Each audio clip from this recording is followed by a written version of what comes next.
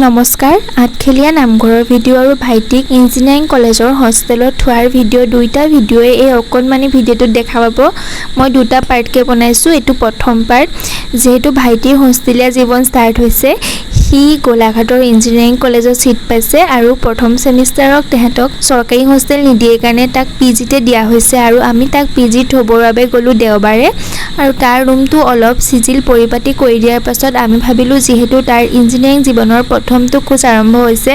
আৰু পবিত্ৰ ভাদ মাহো চলি আছে সেইবুলি আমি আঠখেলীয়া নামঘৰত এগছি বন্তি জ্বলাই আহোঁগে মই আঠখেলীয়া নামঘৰলৈ আজি প্ৰথমবাৰৰ বাবে আহিছোঁ আৰু ৰাস্তাটোৰ কৃষ্ণচূড়াখিনিয়ে সঁচাকৈ মনটো ভৰি পেলালে আৰু এয়া আমি কাপোৰ সলাবলৈ নহ'লে তাতে গৈ সলাম বুলি ভাবিলোঁ যেহেতু অতিথিশালা থাকে